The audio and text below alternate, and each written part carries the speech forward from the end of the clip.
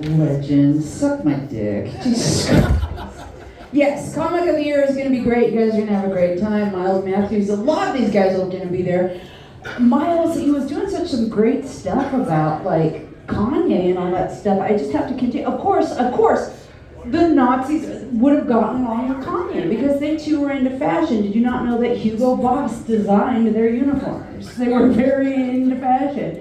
And, personally, I have never been able to keep the anti-Semitic people serious in my head. I can't. Because let's be honest, they wander around and they just, to me, seem like a toddler asking for their favorite drink. Juice!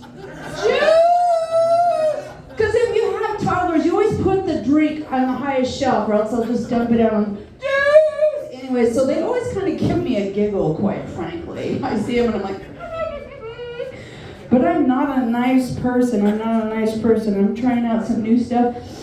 I was recently talking to a homie of mine, hanging out, whatever, and I heard that phrase that we all love to hear, no means no, Tanya. Like, not unless we're playing a BDS game. That means more. Let's make things clear. You're not making things clear. We need to negotiate better ahead of time.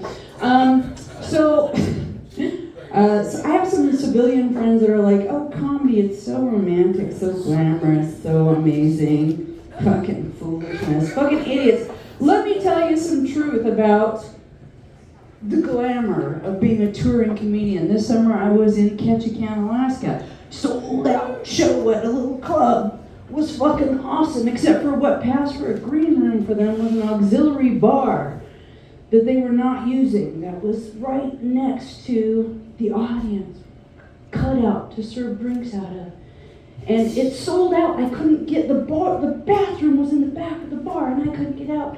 It was right before I was supposed to go up and it's like, I have to piss right now. What do we do? My business partner hands me a picture and is like, do your best, bro. So, I'm in a cocktail gown, all dressed up, crinolines, everything, trying to piss quietly into a beer pitcher with the audience 2 feet away. And I was like, bro, you better not film this. Jesus Christ. Shh. And then afterwards, I was like, that was fucking ridiculous and hilarious. We should have totally fucking filmed that. I'm telling you, right now, it would have gone straight on the Insta. It would have been really great. And I did that joke in honor of Nate Ford. I don't know if you guys realize that we have some local comedians that are opening for Bill Burr tonight.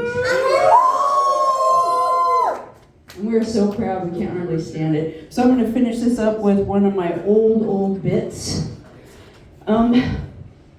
I know this is a huge shock, but I'm single. And I like it that way, but friends don't believe me. And every once in a while they set me up on dates, and just to humor them, I go.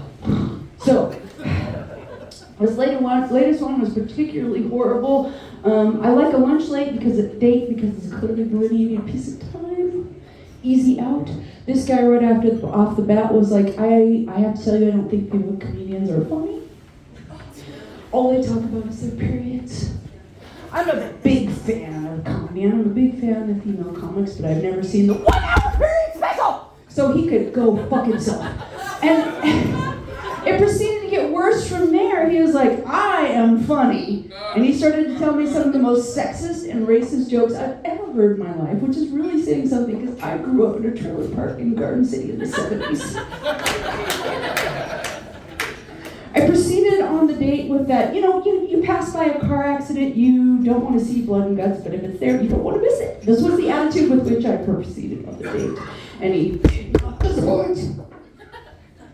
He took my stunned silence for acceptance, suggested that we go back to his place for a nooner, nooner that's a middle of the day hookup. It's an old term. I had no choice but to look him in the eye and go, oh, honey, I think I just started my period. My name is Tanya Cope, my friends are Short Neck Taco. You have a good night, friends.